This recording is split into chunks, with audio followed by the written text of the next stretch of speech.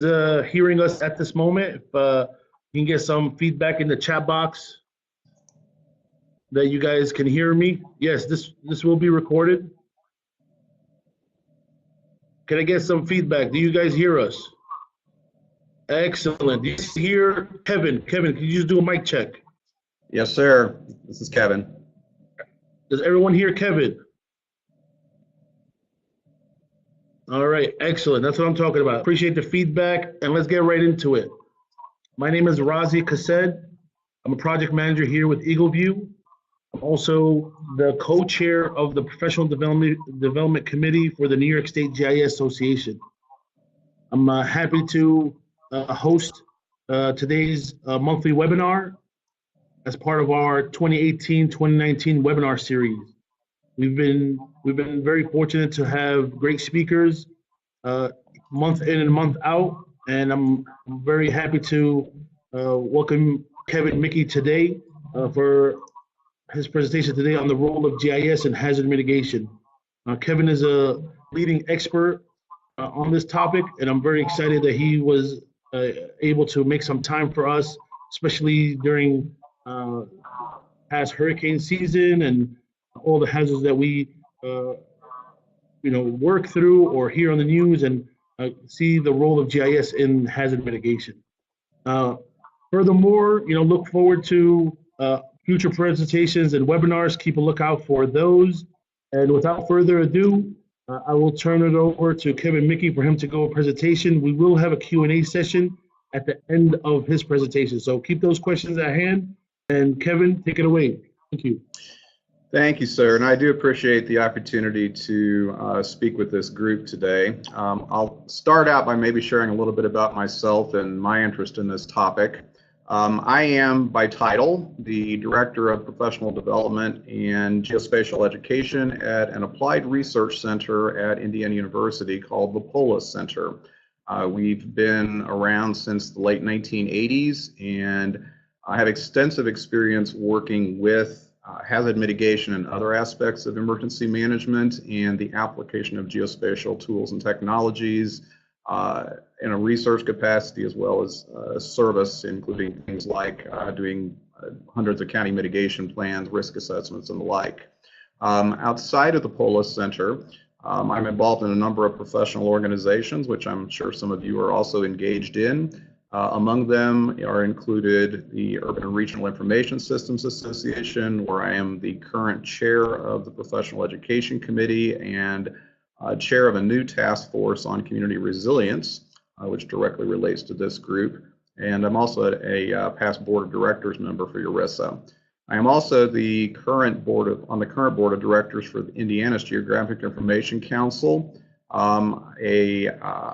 the immediate past chair of the National Institute of Building Sciences Multi-Hazard Mitigation Council, which I'll speak to a little bit later in some studies that are relevant to this group and topic. And I'm also an adjunct professor at the School of Public and Environmental Affairs at Indiana University, IUPUI, where I teach courses in the application of geospatial technologies for public safety and emergency management. And I am an instructor for FEMA's Emergency Management Institute. So, the shorthand version is I love this topic. It's something that I've spent a career developing interest in.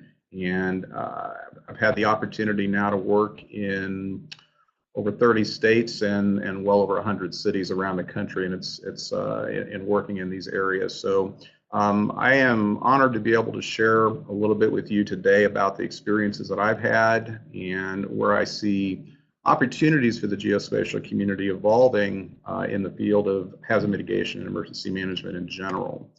So this session has three parts. The first is I wanted to provide an overview for how GIS tools and technologies are being applied or can be applied in the field of hazard mitigation. Second, I want to talk to you about some examples of GIS-based applied research. These will be things that I'm personally involved in or have been involved in, but they are intended to serve as an example of where academic research and applied research come into serving the needs of communities. And then last, I want to talk somewhat briefly on how GIS and hazard emergency management, hazard management, and so forth are engaged in a web-based environment where I'm sure we all know that GIS has a huge footprint today that is only expanding in scope. So I'm more than happy to entertain questions at the end as well as afterwards. If anyone wants to reach out at any time, I will have my contact information at the end of the slide deck, and always am happy to engage in conversations on this topic. So let's go ahead and get started. Well, the first thing I think that's worth pointing out is why it's worth having a conversation about this in the first place. The slide that you see before you represents the frequency of billion-dollar disasters that have occurred over the past few years between 2012 and the present. The thing that I want to point out is not just that this is a bunch of squiggly lines, but these squiggly lines are going up. So what we're seeing is that we have an increasing number of these types of disasters that are taking place. Second, there's a very related chart that I'm showing here, which is that the cost of these disasters is exponentially increasing as well. The reason for that, varies, not the least of which is people tend to live where bad things happen sometimes. Coastlines are certainly among them. Hurricanes do major damage. That was mentioned here at the beginning of the session, and can cause very large losses. But the same can be said of flooding, earthquakes, and other types of disasters. So the takeaway here is, even though we have known about the value in doing things to mitigate the effects of disasters over the last few years, the reality is that the cost and frequency of these disasters continues to rise. So at the end of the session, I'm going to talk a little bit about some of the things that are happening to attempt to further mitigate and incentivize people to take action that can reduce those, especially the dollar losses. Even if we can't control the frequency of hazards, we can certainly mitigate their effect with taking the right actions. So we'll get to that a little bit later on. Well, one of the things that gets me excited about working in this field is there's always something new coming out. Anyone that's worked in the geospatial field for any amount of time knows that tools that you used at the beginning of your career are either completely gone now or very much revised. And that is very true when it comes to working in hazard science and GIS. One of my favorite resources that's come about over the last few years is one that FEMA has stood up. And I have a slide on the screen with a URL that I encourage you to visit if you've not done this before. And this is a library of open source, or I shouldn't say open source, but open models that for the most part you can access, and in many cases download or have links to those models that you can access from this website. Now, one of the examples that I'm just going to briefly touch on today is a tool that was put together by FEMA a few years ago called HASIS-MH. Some of you may be familiar with that. This is not intended to be a HASIS training session. I've been using that technology for many years. I've developed courses and taught that for a very long time in all the hazards that it does. But this is not a HASIS course, and I don't intend to make it one. Rather, what I want to do is spend just a few minutes referencing how tools like HASIS can help us understand and mitigate disasters using geospatial tools and technologies. The word model is important here because for GIS to have its full potential benefit, we can't simply make maps of where things are. It's important that we know where buildings are, where infrastructure is, where populations are located, but we have to know how those things interact with one another to truly take action and fully understand their implication, and that's where models come in. So let's spend a few minutes talking about this HASIS tool, and then we'll go from there. Well, HASIS has been around for quite a number of years. This is a free tool. It currently requires an ArcGIS 10.5.1 license for the most current version. ArcGIS, of course, is not free, but HASIS is. You can go out and download this at your leisure. from FEMA's website. One of the things that I'm particularly fond of with this technology is that it's not just a piece of software, it is truly a program. So this is, I think, a great service that FEMA has done for the user community and the beneficiaries of the GIS community. So you can download the software, but you can also engage in numerous user groups that are out there. You can get training on the HAZIS technology at FEMA's Emergency Management Institute or often in the field. That training, if you are with a government agency, is very close to free. It's literally the price of a meal ticket. And there's all kinds of other resources as well that are out there. Webinars are frequently offered. There's documentation that you can download and so forth. So one of the reasons that I pick HAZIS for a webinar like this is just to show that it is something that's available for the entire nation, and you don't have to pay for it. Plus, there's a lot of things that you can get from it.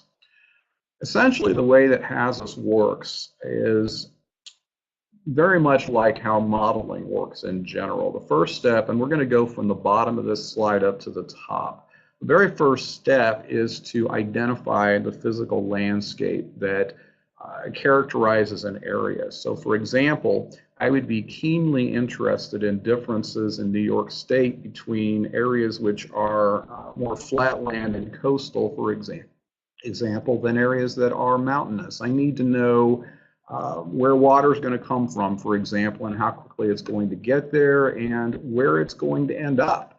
The same thing could be said for wind or earthquakes or other types of hazard.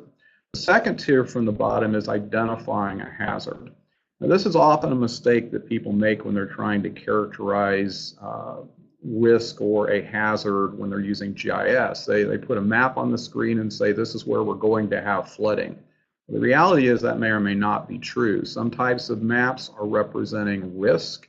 In the flood sense, a good example is the National Flood Insurance Program's 1% flood maps, which show areas which could be susceptible to flooding of that type, but they don't necessarily identify where an actual storm is going to deposit water. So you may be interested in risk, you may be interested in an actual hazard. So when you're doing loss estimation, you have to figure out what it is that you're doing, and that's based on the question you're trying to ask. The third tier up is considering what's at risk, and this is where GIS professionals are immediately able to play a significant role. Whether or not you have a firm understanding of all the sciences that go behind loss estimation, for example, earth sciences, atmospheric sciences, building sciences, economic sciences, all sorts of different things that go into this process. What most GIS professionals are ready to do is build information that characterizes the communities where they live and work. So information about where are buildings located? What do we know about those buildings? Are they made of wood, concrete, steel? How are they used? Are they homes? Are they businesses? And so forth. That's information that is very quickly available. And I know when we work, my colleagues and I work with communities, the first thing that we do is one of the first things we do is reach out to the local GIS professional to engage them in that part of the loss estimation process because they're the best sources of that information. The next step up the tier is analyzing the social and economic impacts, and tools like HAZIS. HAZIS is one of many that does these types of things.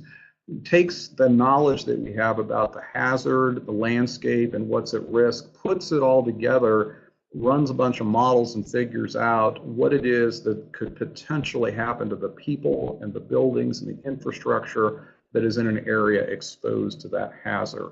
And the last part of the loss estimation process when you're doing geospatial analysis for hazards is to produce something that tells a story, whether that is in the form of a map, a table, a chart, a report, whatever that might be. GIS is clearly a major contributor to that process. Now, I spoke a minute ago about where GIS professionals can all come into the play when you're using tools and technologies like this, regardless of whether you have a full grasp of all the things that go into loss estimation. One of the things that you can do is certainly improve the knowledge that feeds a tool like HAZIS. This is one thing I like about this particular software. People often will tell me, you know, I ran the out-of-the-box analysis and it just didn't give me a really fantastic representation of my community's risk. And my response is almost always, did you improve the inventory? Did you go in and replace what this tool comes with, which it does come with information about the whole country? Did you replace it with something you have locally, using your parcel data, using your assessment data, using a data set that you develop for agriculture? There's all kinds of different things that you could improve. Some of the things in this tool and others like it are aggregated, so expressed at the level of census blocks or tracts, for example. And those include things like some of the building inventory, agricultural information, demographic data, and so forth. And some of the data is site-specific, represented as either points or lines. And there's lots of examples listed here. I'm not going to read all of them, but you get the idea that the overall point is one thing I do like about this particular tool is it's one of the most comprehensive representations of what's at risk in a community. So it covers things like transportation and utilities and essential facilities and so forth. I really like user-defined facilities, and I'm going to talk about a real project that I've been involved with in a few minutes that gets to this topic of user-defined facilities, because this is where you can bring your locally developed data into a model like this and get losses, sometimes even at the level of a building. Now, there's lots of different scenarios that you can run in the HASIS software, and again, there's other tools that also can produce some of these types of analytical choices. I'm not going to go into the depth of all the different science behind these, but let me kind of give you the big picture. You'll see hurricane and surge on here, obviously of relevance to the citizens of New York, because you do certainly get, obviously, hurricane events and associated storm surge. You can model user-defined storms. For example, you can say, you know, what's the impact of a storm that was here at this time, here at this time, and here at this time? And at each one of those locations, you can say, how strong was it? How big was it? How fast was it moving between locations? A particularly important question if you're concerned about rainfall, because storms that sit in one spot for a long time can produce a lot of horrific flooding, as you know well. You can do that. You can model historical storms. So what happens if Hurricane Sandy pays, or an equivalent, pays you a visit again? You can do probabilistic science, looking at what's the chances of a specific type of storm. On the flood side, and there are different kinds of storm surge models you can run as well. I won't go into the details of those here, but if you have questions, I'm happy to entertain those later. You do have a lot you can do on the flood side as well. So for example, you can do everything from modeling a return period. For example, you want to know what would an impact potentially be of areas that are susceptible to a flood that occurs on average every 100 years, the 1% flood in other words, versus what would the impact be on an area if we have 12,000 cubic feet per second of water moving through this stream channel that can only contain 3,000 cubic feet per second. So you can answer those kind of questions. There's other tools that allow you to bring your own data into the discussion, into the analysis, and that's always the best recommendation, or almost always the best recommendation. There's a lot of work going on in the geospatial and hazard community now, developing flood depth grids through programs, for example, such as FEMA's risk map programs and others that are going on out there. You can even bring output from other tools like the Corps of Engineers HEC-RAS model, and there's others as well that could be applied. On the earthquake hazard, there's again some similar ranges of options. You can model historic events. You can indicate you want to model a specific earthquake of a certain magnitude at a certain location. And you can bring a lot of user-supplied information into the modeling process that characterizes the soils, the potential for liquefaction, and a variety of other types of information as well. And on earthquake, even though it actually doesn't apply in the New York area, you can model tsunami in certain parts of the country as well. So this tool, the HASIS tool, does a lot of different things, essentially allowing you to answer a variety of different questions. In terms of what it produces, the answer is dependent really on the hazard that you're looking at. So for instance, you're going to get economic and social impacts for debris, and you're going to get impacts to transportation and income impacts. And depending on the hazard, earthquake, for example, can give you an estimation of casualties and injuries and so forth. All the models will produce estimations of the number of people that need shelter and the number of people perhaps that have been displaced from a flood. So while the information accuracy is dependent on the quality of the inputs and the type of question you're asking, as a general rule, this output data set gives you information to make more informed decisions. And that's really what GIS is about in general, right?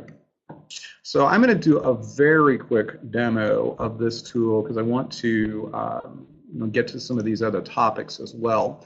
I've just put a model together real quick of Hurricane Andrew, which a few years ago you may recall struck the southern Florida area and did a considerable amount of damage. Now the model that I've run here is based on current day inventory. So this essentially would be asking the question, wait a minute, if something like Andrew were to happen today, what might that mean? You could ask a similar question for storms that struck New York State in the past that could potentially occur again, or perhaps even worse, depending on circumstances.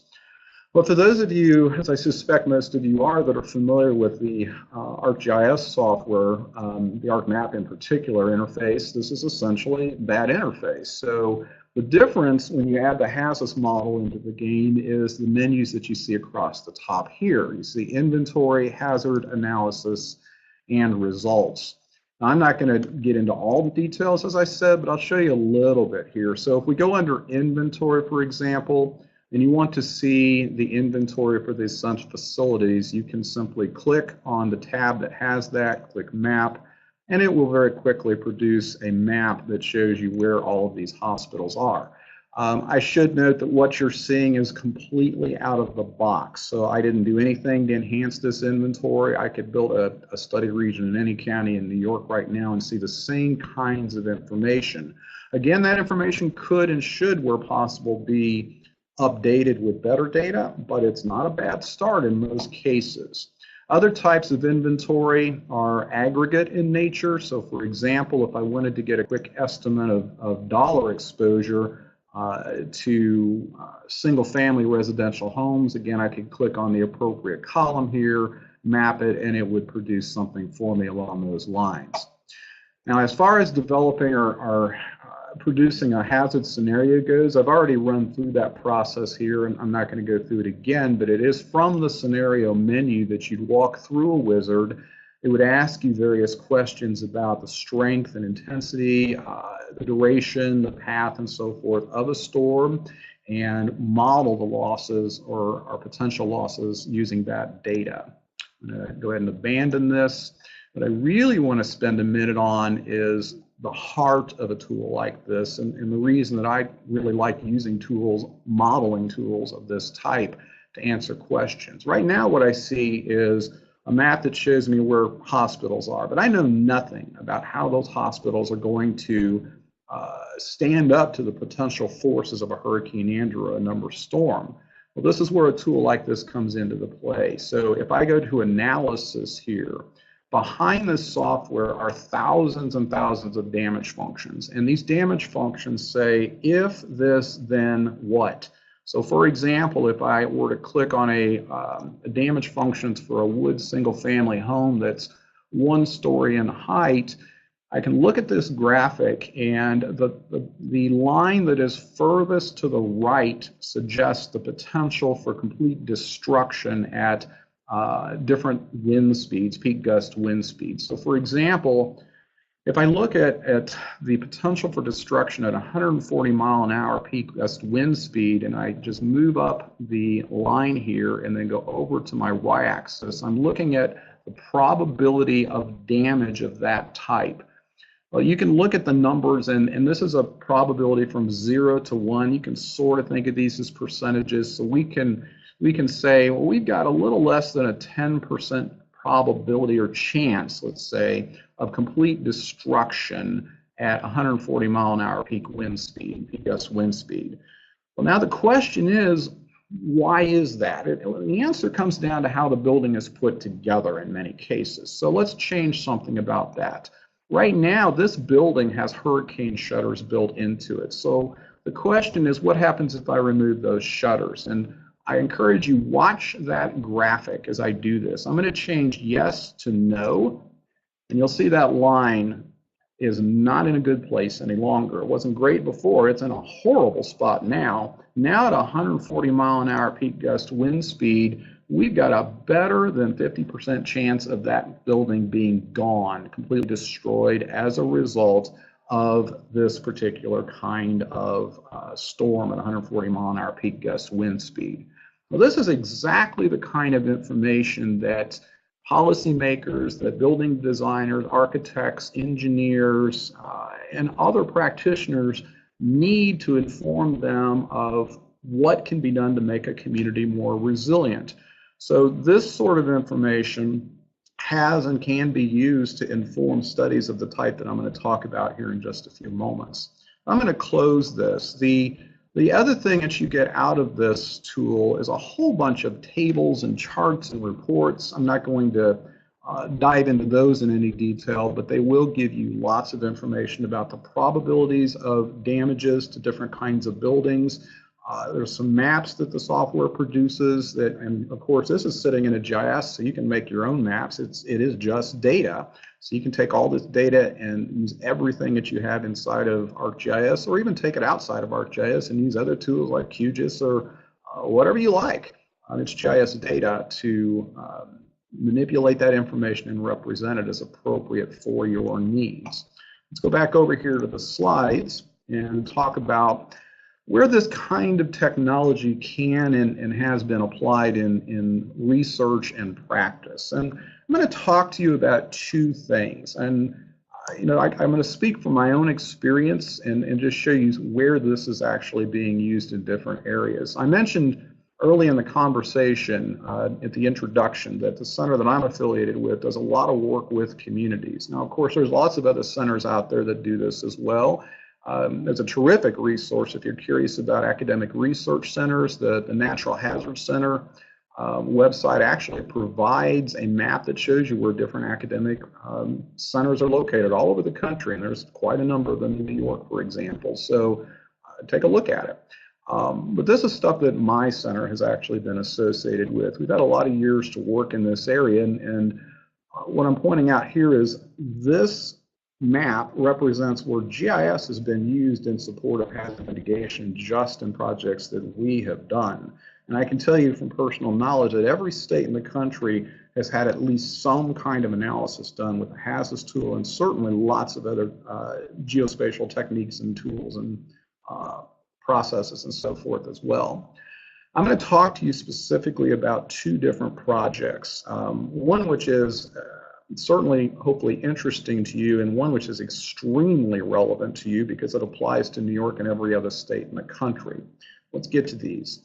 The first one is a project that I'm currently involved with a colleague from the University of Wisconsin Space Science Engineering Center, where we're working with the state of Georgia Department of Natural Resources to do a study looking at the impacts of climate change-induced stronger hurricanes in the future, sea level rise changes or sea level changes and so forth, and trying to understand currently the potential impact of green infrastructure. There's a project which is completed and one that's underway that's dealing with the green infrastructure.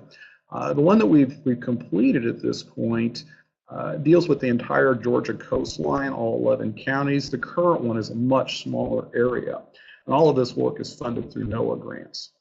Well, the thing that makes this relevant to this presentation is the GIS connection. One of the things that just tremendously improves the ability of tools like HAZAS and other geospatial tools and techniques to answer questions like what happens if, is the ability to integrate really refined local data. What you're looking at on the left is a representation of how buildings are characterized in the out-of-the-box inventory in HAZUS. They're aggregated. So if you make a map, you find out that there are 16 buildings of X type located in a census block, but it doesn't know where those buildings are. In the graphic on the right side, you see a representation of those buildings on the rooftops of the structures. And if you have that level of detail, in this case, we were able to leverage information from the county assessors and the GIS department working with the parcel maps to produce this inventory. If you have that kind of data, you can do amazing things with it when it comes to hazard risk analysis and mitigation planning. In this particular project, we created a data set which has over almost 250,000 building point locations, and our research as a result was much more informed. The maps that you see before you here are just graphics which show different hurricane scenarios that we studied. Without going into all the reasons of why we chose those, what we were looking at was essentially common typical scenario that would represent the 20-year storm versus almost worst case scenario. And the Category 4 storm looks suspiciously like one that Georgia had not too terribly long ago. And the Category 5 storm is not out of the question. So we examined impacts of wind as well as flood with these. We also took a look at integrating the potential of increased sea level rise as a result of climate change over different periods. And with these particular storms, the red area indicates where future storm surge might potentially exist. But the catch here is not that they could get additional sea level rise. The issue is, where is it relative to where people are located? And that's where the analysis came in. I want to caution you not to look at exact numbers here. Tools like this often produced exact numbers, and that the GIS is well known for doing that. But when you look at the numbers, you have to realize that a storm, if it shifts a mile in either direction, is going to change those numbers, and sometimes significantly. The takeaway from the study is what we expected, but at the same time really stands out in showing that with relatively minor changes in the extent of flooding in some cases, you can get very significant enhancements of losses. So as much as 10, 20 times, almost 20 times in some cases, depending on which storm you're studying. So decision makers in those counties took from that some really critical things to think about, not the least of which is, in the future, you need to think very carefully about where you're building, you need to think about how you're building, and you need to think about informing the people that live there and that potentially could of the risks that they're exposed to, because under the right circumstances, you could see some very significant negative impacts. The current study that we're doing is much more detailed and looking at a very refined area, two of them in fact, one on Tybee Island, which is right off the city of Savannah, Georgia. It's a beautiful place if you haven't been there. And the city of Hinesville, which is a little bit south and to the west of there. For the current study, we're looking at 64 different scenarios, examining riverine flooding, storm surge related flooding, and wind related flooding, both with and without the effects of green infrastructure and other types of mitigation. So that study is going to be underway for about the next year, and no doubt it's going to produce some very interesting results as well. The other thing that I wanted to comment on is a study which came out a few months ago and actually is still coming out. There's a number of segments of this that are being produced, and I'll talk about that here over the next few minutes. And this actually was heavily informed by GIS. Now, many of you probably have heard in conversations somewhere that for every dollar that you spend on hazard mitigation, on average, you save $4. The vast majority of people that I've talked to have no idea where that study came from, and I'll share that with you now. This was actually produced by the Multi-Hazard Mitigation Council, the National Institute of Building Sciences. If you've never heard of the National Institute of Building Sciences, that's an organization which was created in 1974, has a direct connection and responsibility to the U.S. Congress. They have a board of directors, of which 6 are appointees of the president and ratified by Congress. So their responsibility is to serve as a liaison between those that make communities and those that create policy to guide what occurs within those communities. So the builders and the politicians. And it's a tremendously successful organization. I'm only speaking of one small part of that council or that institute. So I encourage you to take a look at NIBS.org. They do a lot of great work. So in 2005, the original study came out that showed for every dollar you spend, you save $4. But in January of 2017, the first of several reports was released. This was an interim report that updated that study. You can see on the slide the sponsors affiliated with that report. FEMA was most certainly involved, as was the Economic Development Administration, HUD, the International Code Council, Insurance Institute for Business and Home Safety, National Fire Protection Administration, and the American Institute of Architects. There were nearly 100 experts involved in this study.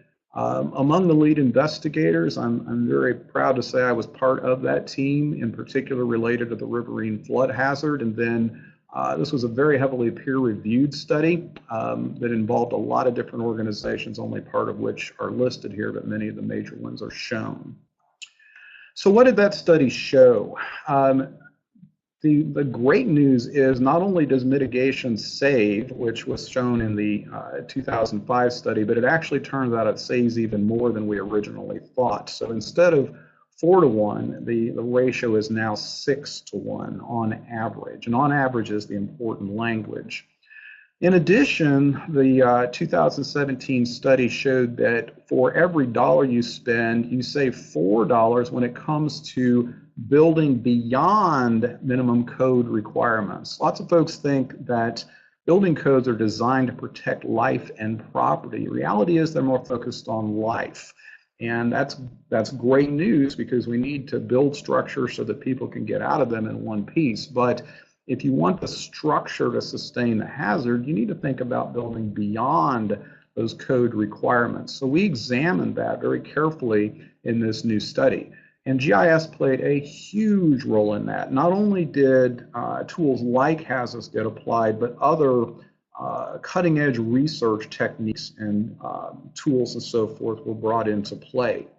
I mentioned that the average number for the new study was 6 to 1, but the individual hazards actually saw slightly different numbers, which when averaged out come to the 6 of 1. So for example, mitigating for riverine flood actually brings even more benefit, as it did in the original study in 2005. In 2005, the riverine flood number was 5 to 1. Now we actually believe it to be more like 7 to 1. So, translation, it makes a whole lot of sense to put mitigation into a structure or a community, and building is only one way to mitigate. There are certainly other actions that you can take as well. But the long and short of it is, it makes sense to mitigate. So we know that that is the case. One of the reasons I'm often asked, why the bigger number in this new study? And one of the reasons is because we looked at more than we did for the original study. In the 05 study, which again was heavily GIS informed, we looked at impacts to property, impacts to business interruption, the costs associated with deaths and injuries. But in the bottom, you can see we also examined a lot more. And this is stuff that tools like HAZUS don't do, but if you bring in the science that is going on in the research community right now, and remember I said there were lots of different players involved in this new study, and you apply tools like GIS, which we did extensively in mitigation saves, you can do things like estimations of costs related to PTSD and the costs associated with search and rescue and response, and the costs for environmental impacts, and absolutely the cost associated with insurance, overhead, and profit. All of those types of things and more were considered in this new study. If this is of interest to you, I encourage you to download that report. It's freely available online.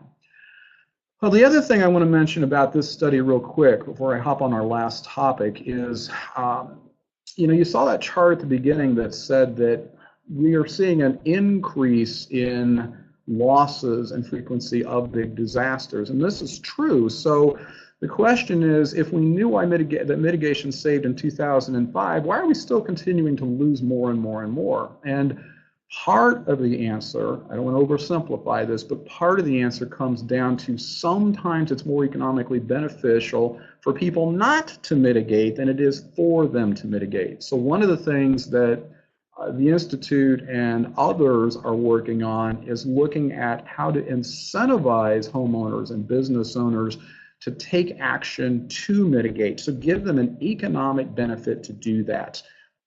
There's lots of really interesting stuff going on, and there are several reports that have been written if that is of interest to you. And the solutions are not one size fits all, but they're very community specific, and I think very much there's many that are applicable to New York State.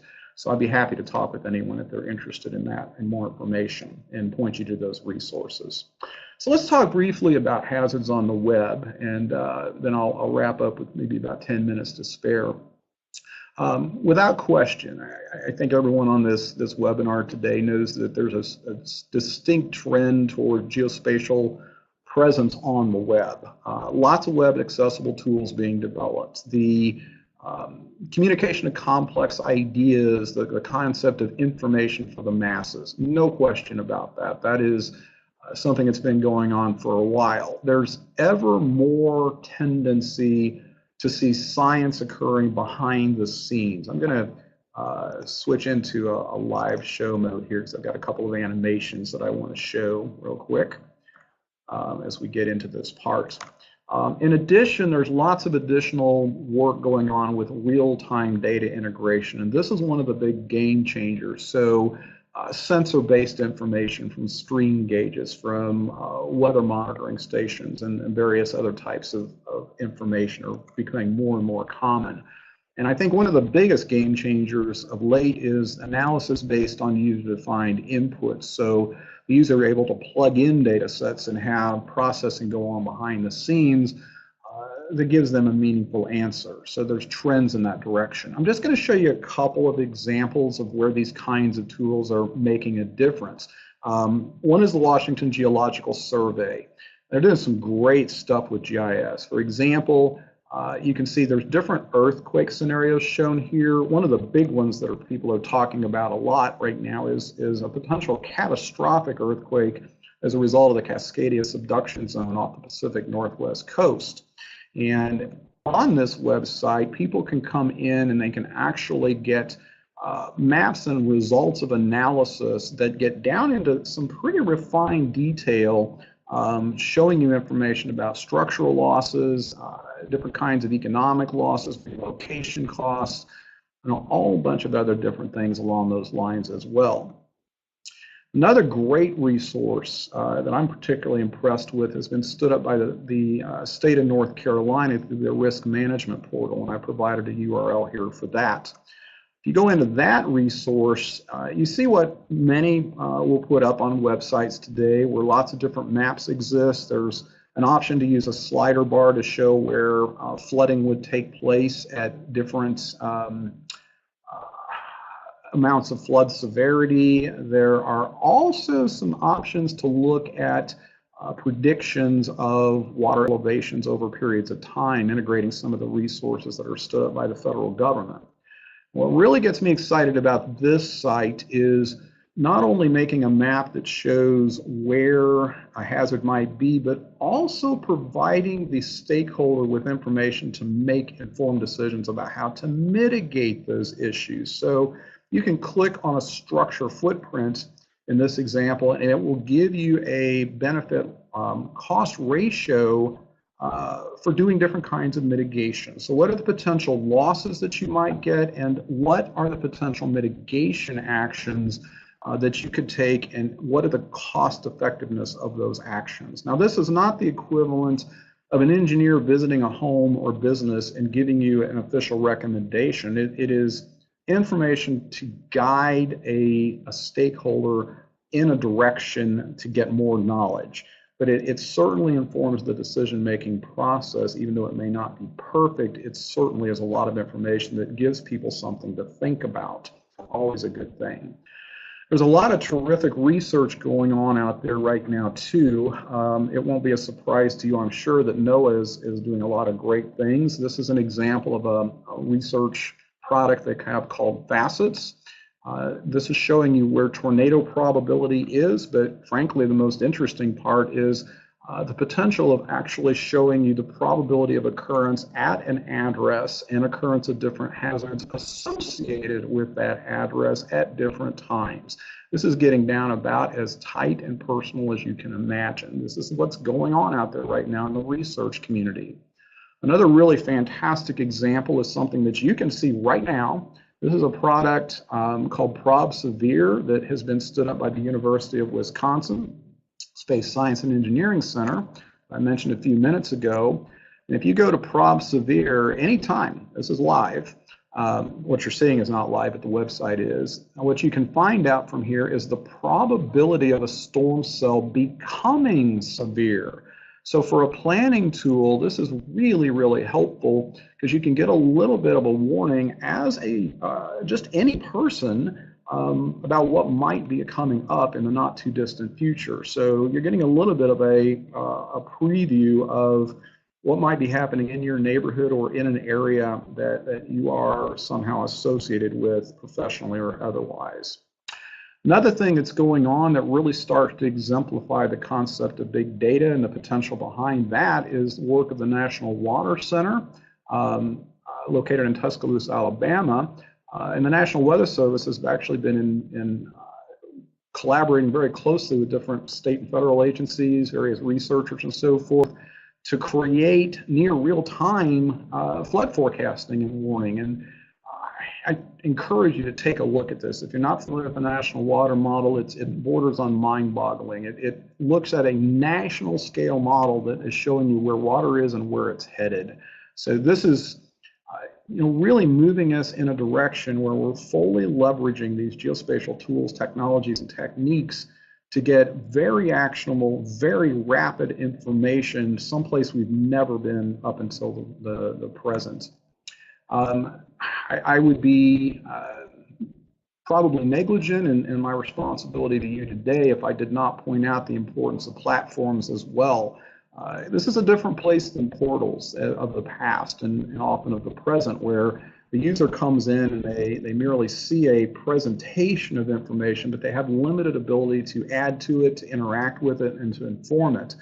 Platforms take us to that next level, and I'm sure many of you, if not everyone here, knows that there's so much work going on out in the ability or the development of these platform products, and there's certainly a lot of commercial vendors doing it, and there's a lot of others doing this type of work as well.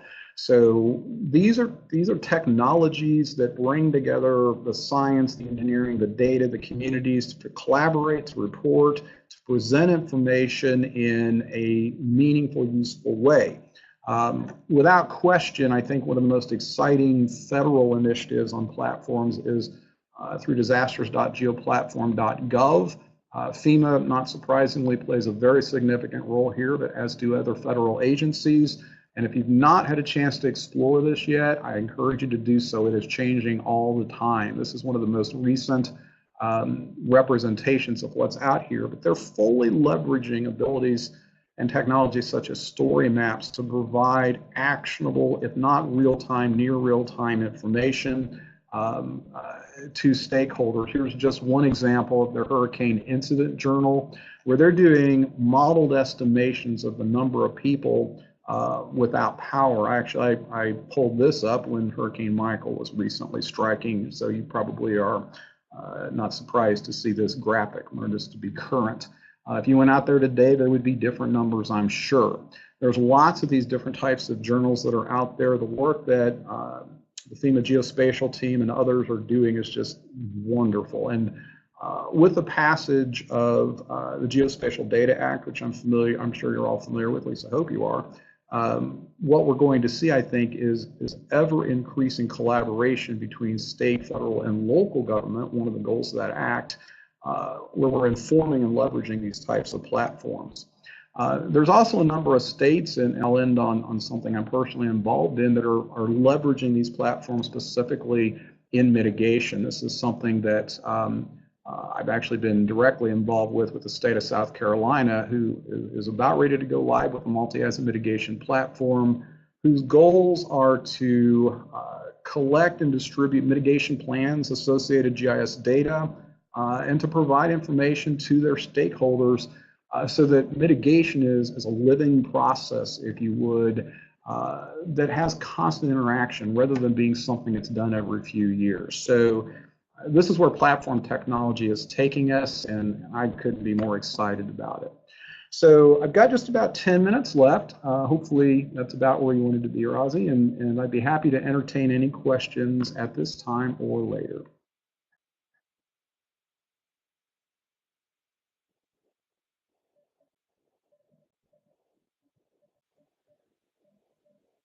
Thank you, Kevin. Excellent presentation. We have a few questions. Just to answer those that are related, we will have the slides available. Kevin will make those available to us, and we'll post those on our website. So we will have slides for those. The webinar was recorded, and we will also provide that via the New York State GIS Association website, plus our YouTube channel. So look out for the notice once that's up and ready. You can always go to nysgis.net. For Kevin, a couple of questions related to how are you measuring costs of PTSD? Well, I'm actually not the expert researcher on that. We had a professional, Dr. Nikki Dash from Texas, who put together that methodology. I don't want to get into a lot of details on it because I'm not the expert, but the methodology for all of the different hazards is very thoroughly documented in the mitigation saves report. So, Rozzy, I'll be happy to send you the link to that you're welcome to share with everyone if you'd like. That would be excellent, Kevin. Please send that over. Yeah. Next question. Does this automatically get added to our training hours or additional steps? I'm not sure exactly what they're referring to specifically, but that's what they asked. Our training hours or additional steps. Yeah, I'm not clear on where the question's going. I don't know. Okay. Next question. Related to HAZIS, are there efforts underway to make the tool available in ArcPro and or open source software? Yeah, that's a great question. I don't want to speak for FEMA on this. I will comment that there are definitely some conversations underway to take it to the next step, if you would. Whether that ends up being an open source platform, whether it ends up being something directly affiliated with the ESRI technology, I think those are questions still under discussion, but I do know, I can say with confidence that I know that FEMA is looking to build on what they have done in the past. They recognize that there are some limitations to the current platform that it's built on, but what they got in HAZIS, I think, is the most important part, which is they got the science. So the methodologies, the overall vision of the technology, that's pretty well in hand and has been informed by a lot of research. So I do expect that there will be some changes in how HAZIS is delivered and served over certainly the next year or two, but I wouldn't want to necessarily characterize exactly what those are. I would definitely encourage anyone that's interested in this to sit in on the National HAZIS User Group calls, though. And if you do a search on FEMA HAZIS, you should find a URL for that, and I can point you to how to get involved with that. I don't know for sure if there's a user group in your area, but I'm pretty sure there is. So I'd be happy to try to connect you with them as well, if you like. Thank you, Kevin. Next question. Have you seen any GIS projects tracking waterway pollution? Yeah. I've not done these projects. I am aware of them. I can tell you that in the state of Indiana, I know our Department of Environmental Management has certainly leveraged GIS extensively. The same is true of our Department of Natural Resources. We actually stood up a water quality atlas, in a web-based water quality atlas a few years ago. I don't remember exactly what year it was, but for the Indiana Department of Environmental Management. And one of the things was most definitely to track that type of thing. So yeah, there's a very close tie between the use of GIS and the management of water resources. Excellent. Kevin, question here comes in. Can we contact Kevin for technical questions on the software hazards?